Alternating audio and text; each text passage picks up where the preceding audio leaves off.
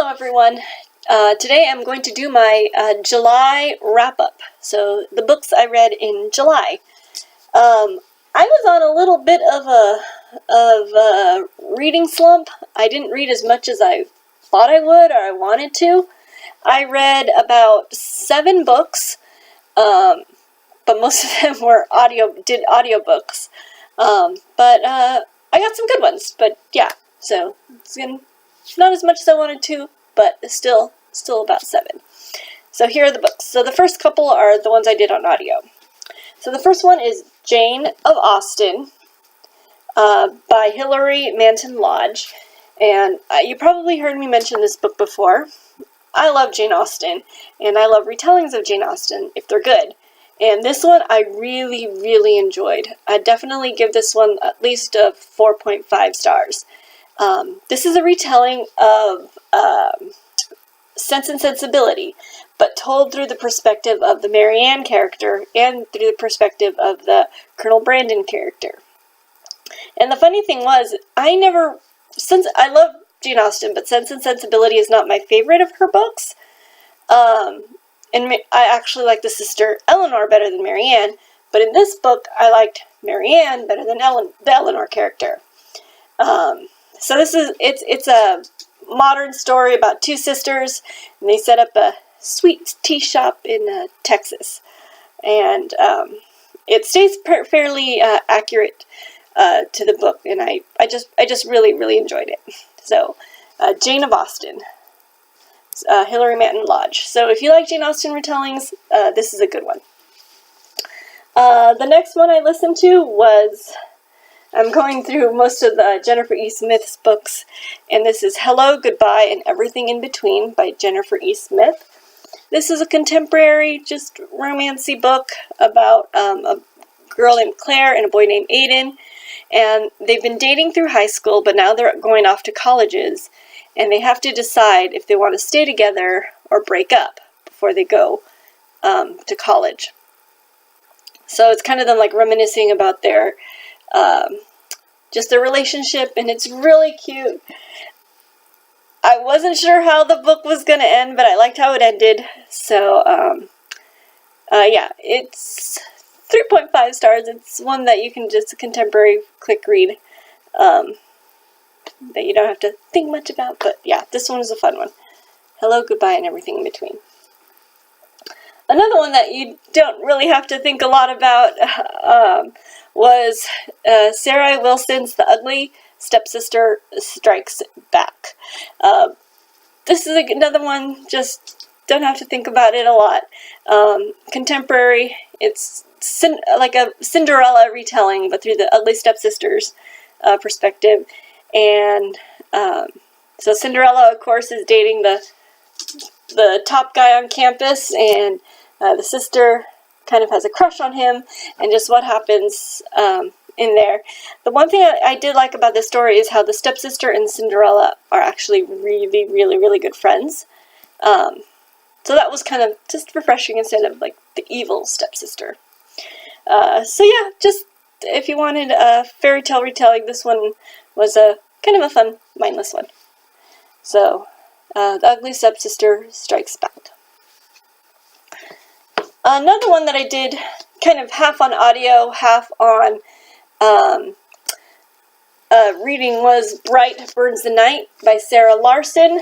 This is the second book in her duology, and it's kind of a retelling of Swan Lake.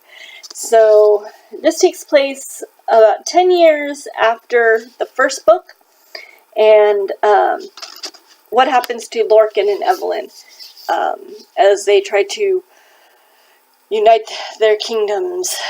This was a very, I really liked the conclusion of the duology. I think I want to make a duology video, because I've kind of read a bit of them. But this was definitely a good one. Love the covers. So yeah, this takes place 10 years after the first book, and what happens as they try to bring together their kingdoms. So that was a good one. I also read the second part of a duology of Rene Nesbit's Smoke in the Sun. This is one, I read the first one, Flame in the Mist, a while ago, and then the second book finally came out. This is about Mariko. It's kind of a Mulan telling in the first book, because she dresses up as a boy to, like, escape some killers. But then this one is about what happens after the ending of the first book, and everyone finds out, and will the political intrigue keep going on, or what will happen to the characters? I definitely enjoyed it. Rene Nesbit definitely has very lyrical writing, so it was kind of hard for me to follow at some points, and I had to like reread some passages, but it was definitely a good one. And if you haven't read her duology, it's a good one. So, Smoke in the Sun. I'd give this 3.5 stars. So the next one is The Summer Chasing Mermaids by Sarah Osler. I really wanted to like this book, and there was a couple, at the beginning I thought I would really like it. This is a story of Elise, and she just moves to Oregon after a tragedy, just an accident happens in where she used to live, in the islands of Trinidad and Tobago. So she moves from there to Oregon, and she can't speak. She just from trauma. And there's going to be a boat race, and she ends up helping the guy who's doing one of the boats.